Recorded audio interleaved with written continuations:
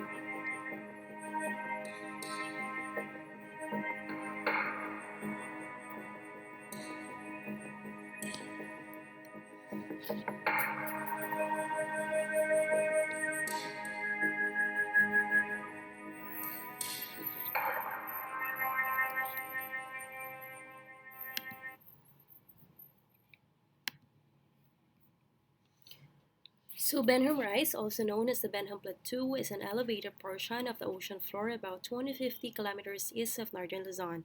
It is said to have a humongous area of 24 million hectares, dwarfing Luzon's 10.5 million. Its sea depth varies from 50 to 5,000 meters. As you can see in the picture, it has the following geographical location: 3 million hectares off the coast of Aurora Province, 250 km east of northern coastline of the Napega Isabela, which is larger than Luzon, a plateau with a massive formation of basalt, a common volcanic rock, and it has the following geographic coordinates. For the name of Benham, Rice, the landform was presumably named after Admiral Andrew Ellicott Kennedy Benham by American surveyors who were the probably discoverers of the geological feature. He was a United States Navy officer who served with both the South Atlantic and West Gulf blockading squadrons during the American Civil War. On May 16, 2017, President Rodrigo Duterte signed Executive Order Number 25, renaming the feature to Philippine Rice. What are the major values of the area? First is biodiversity conservation, as the region is home to healthy ecosystems, including massive coral reef growth in an area called Benham Bank that remains relatively untouched by humans. Second is fisheries. It is a rich fishing ground, including the highly endangered Pacific bluefin tuna. Third is seabed mineral, and fourth, energy exploration. So the following are the issues. First, who has a right over Benham Rice and what are the rights that can be exercised? A state intending to extend its continental shelf should establish the outer limits of its extended continental shelf based on recommendations made by CLCS, and the extended continental shelf thus established is final and binding. The Philippines filed its claim for Benham Rice in 2008 in compliance with the requirements of the United Nations Convention on the Law of the Seas. The UN officially approved the claim on April 12, 2012, the first claim of the Philippines approved by international bodies since the colonial era. The basis for such approval were the four exclusive rights. Specifically, the CLCS recognized the baseline established under 9522, from which arose our maritime rights.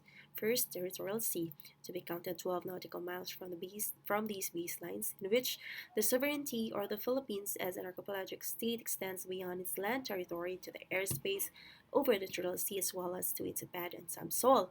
Second is contiguous zone to be counted 24 nautical miles from the baseline so our country may prevent infringement of its customs, fiscal, immigration, or sanitary laws and regulations. Third is the EEZ of the exclusive economic zone to be counted 200 nautical miles from the baselines where our country has sovereign rights for the purpose of exploring and exploiting, conserving and managing the natural resources, whether living or non-living, of the waters adjacent to the seabed and off the seabed and subsoil, such as the production of energy from the water current and winds. The fourth is continental shelf, which shall not exceed 350 nautical miles from the baselines.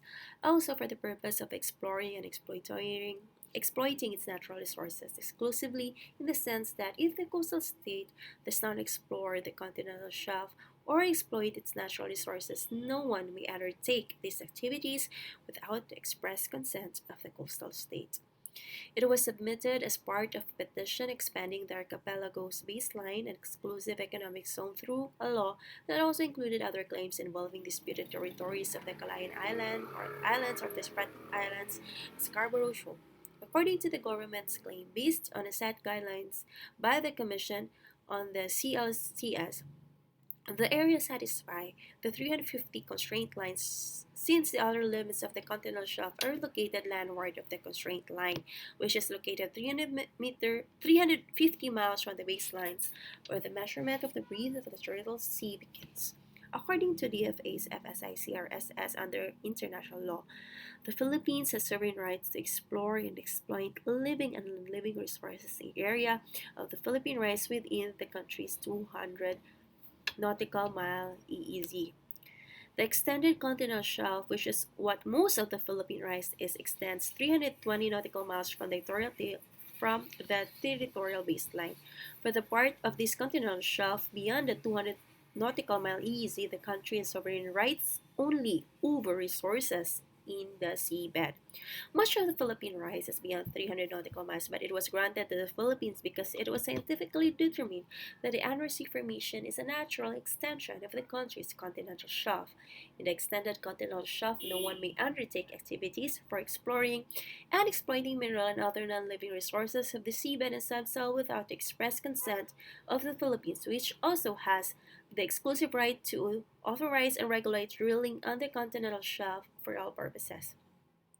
It must be noted, however, that under Article 246 of the UNCLOS, the Philippines has an obligation to allow foreign states to conduct maritime scientific research in its continental shelf like Benham rice to increase scientific knowledge of the maritime environment for the benefit of all mankind. The Philippines may also establish and use artificial islands, installations, and structures to conduct marine scientific research and protect and preserve the marine environment. So the second issue, with Benham Rise as part of the country's extended continental shelf, is it considered Philippine territory?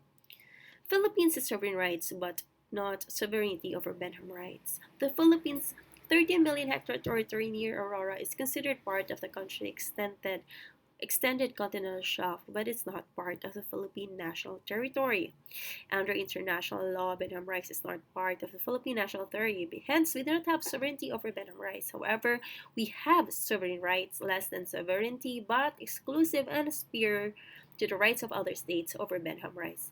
Under Article 77 of the National Nations Conventional Law of the Seas, we have the sovereign right to explore and exploit the oil, gas, and other mineral resources in Benham rice and even sedentary species.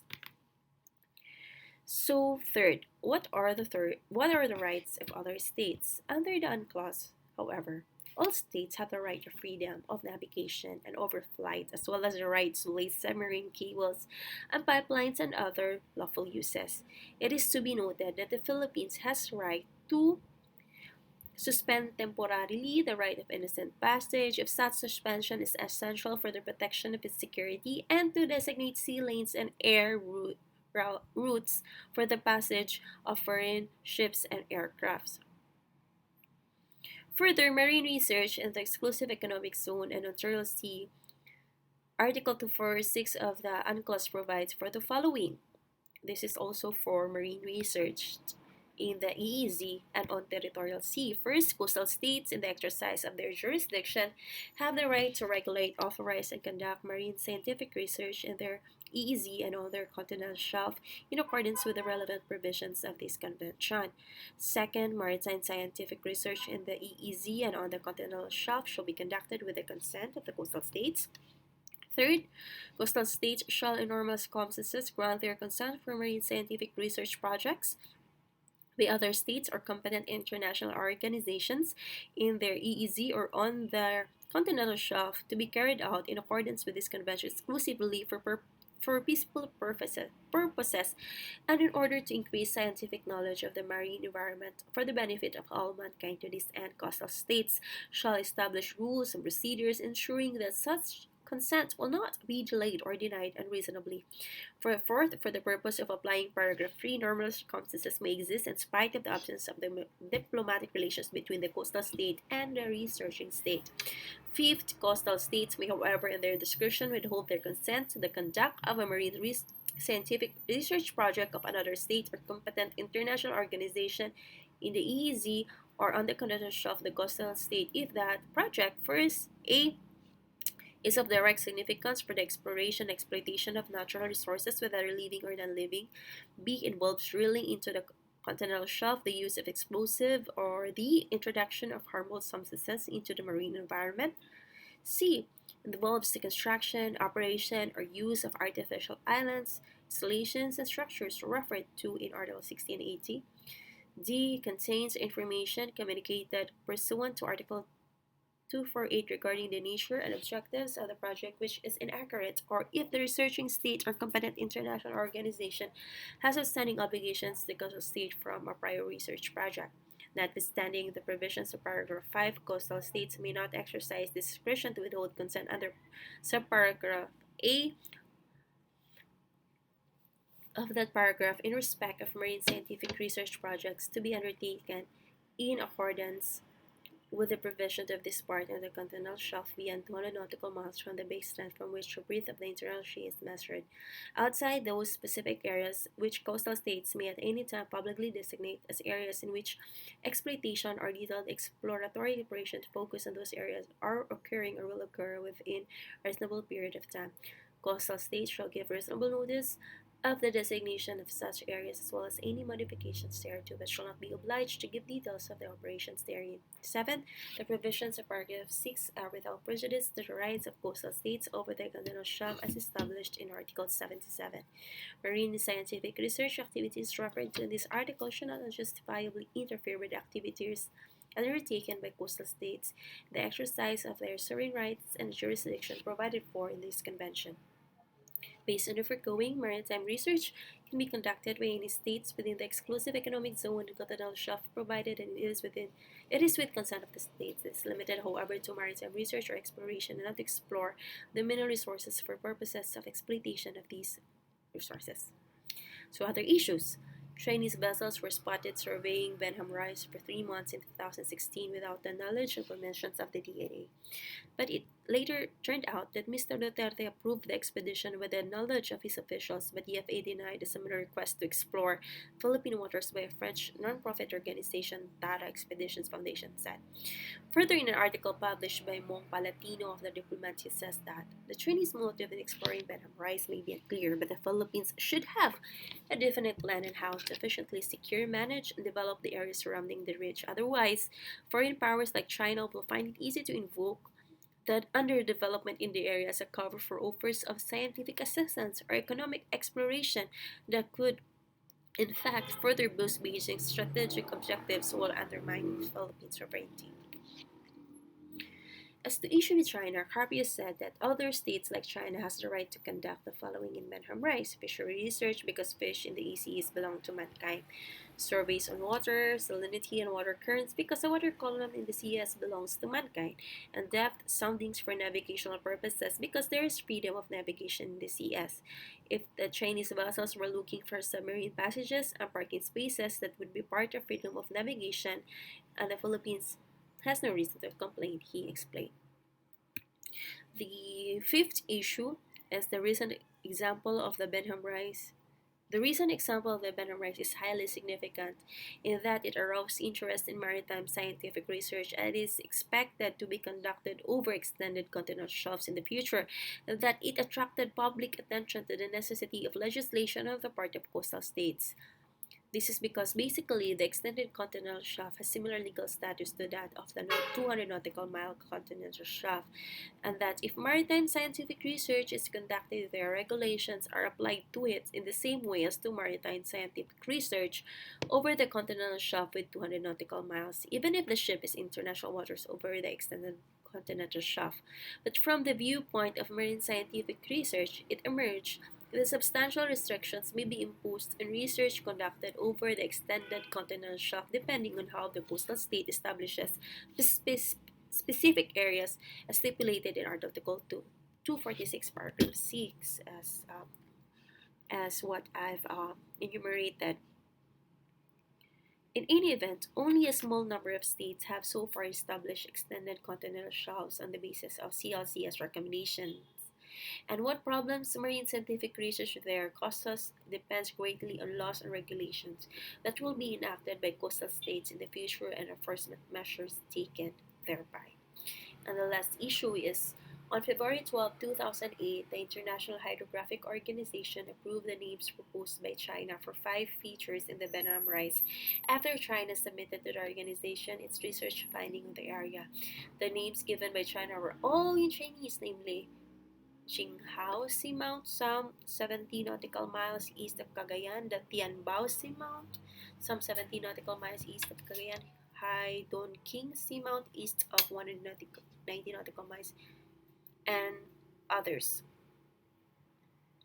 The Chinese naming of the features met public protest. In the Philippines, the presidential police announced that it objects and it shall not recognize the Chinese names of the features, and it will appeal for its rejection in the International Hydrographic Organization. The Philippine government also said that their embassy in Beijing will coordinate with the Chinese regarding the issue. A day later, the palace announced that they intend to give Philippine names on the features of the Philippine rice. However, a few hours later, the presidential palace clarified that it has no problem with the Chinese names in the Philippine rice. So, to end my presentation or my report, let's have a short video on Benham rice. In 2012, the United Nations confirmed that the Benham Rise is part of the Philippines territory. It's an undersea plateau located on the country's eastern coast.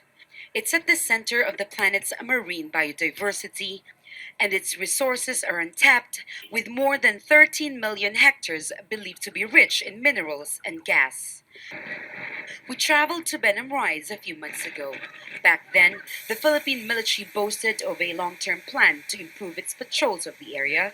The Agriculture Ministry also planned to build a reserve that will be a refuge for Filipino fishermen. The Benham Rise was seen as a possible solution to the country's food shortages, but that appears to have changed now.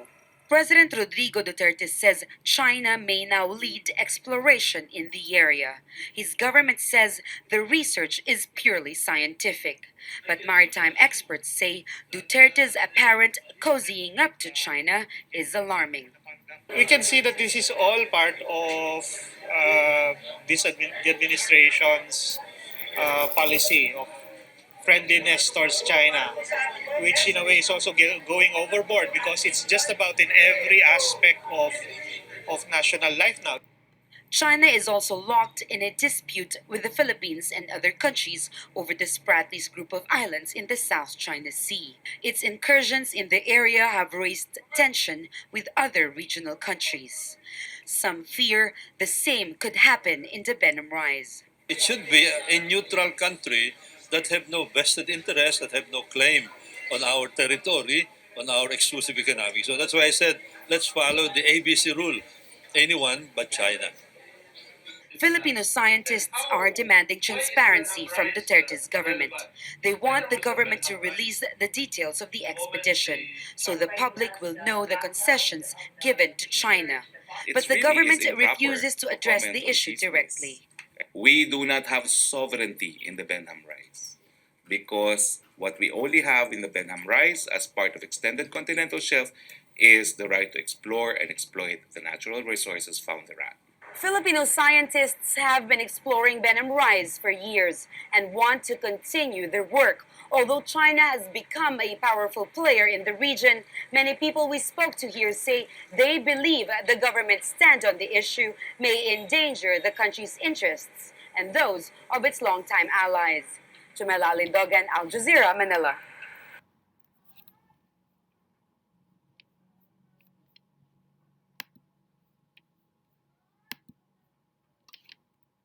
So that would be all. Thank you for watching. This is Jean Pauline Lagares.